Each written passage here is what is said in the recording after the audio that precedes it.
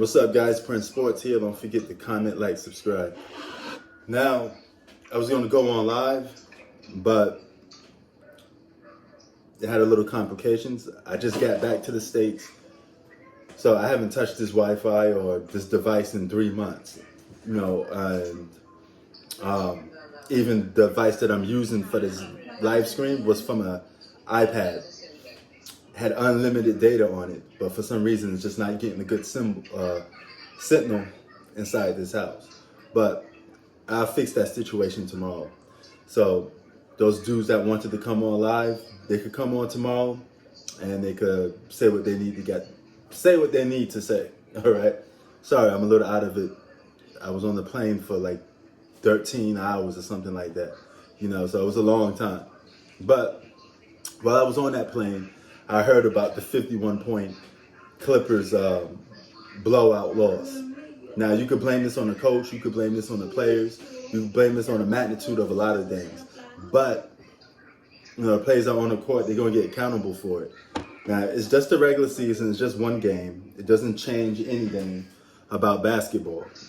They could still come back and have a good showing the next time, Clippers, if you ask me, they need a point guard to control the set, But nevertheless, you got Luka on there.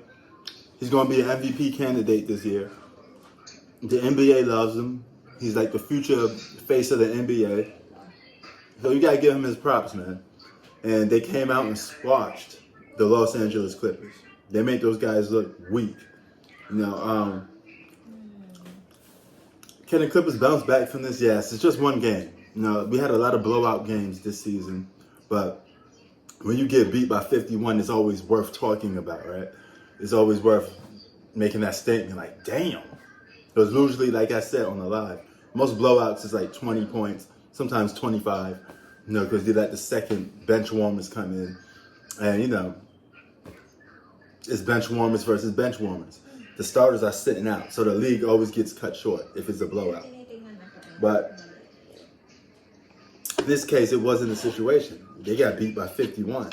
That's a lot to lose by. That's actually up there with NBA records of teams losing games. So, Kawhi Leonard wasn't there. He was there, but he wasn't there. He got elbowed, tucked those 8 stitches. 3 for 11, bad game. Paul George disappeared. I think the Clippers should look into trading Paul George. If they could get James Harden for Paul George, that's a good matchup because you have a guy that definitely won't shy away from scoring. At least you're going to know James Harden is going to toss those shots up, right? Even though he has some playoff woes, just like Paul George, but who do I trust more, James Harden or Paul George? I'm going to go with James Harden. I trust James Harden a little more than I trust Chris Paul. I mean, not Chris Paul, Paul George. Sorry. I'm drinking this stuff to try to keep myself up,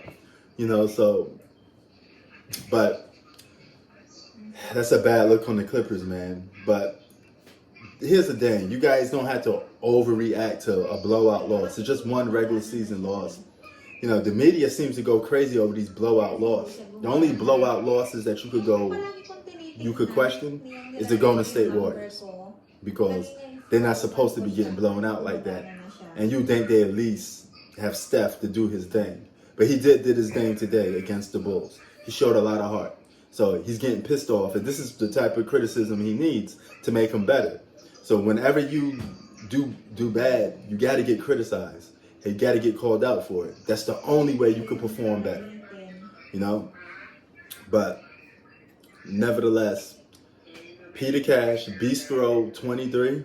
Thanks for coming in, man. We was gonna get it popping, but unfortunately, I couldn't do it. We're gonna set it up for tomorrow. So you guys know I'll be on live tomorrow. We're gonna get it. I'm gonna show you all the new stuff that I got when I was overseas. Prince Sports out. Peace.